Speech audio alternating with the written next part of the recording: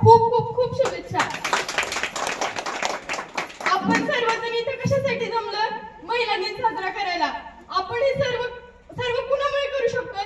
कारण आपण सावित्रीबाई फुलेंमुळे, राजमाता जिजाऊबाईंमुळे, आपण रमाबाईंमुळे यांच्यामुळे हे सगळं साजरं करू शकतोय. ज्यांनी पुण्यातील भिडेवाडा येथे मुलींसाठी पहिली शाळा सुरू केली आणि फातिमा शेख यांना मदतीला घेऊन स्वतः ती शाळा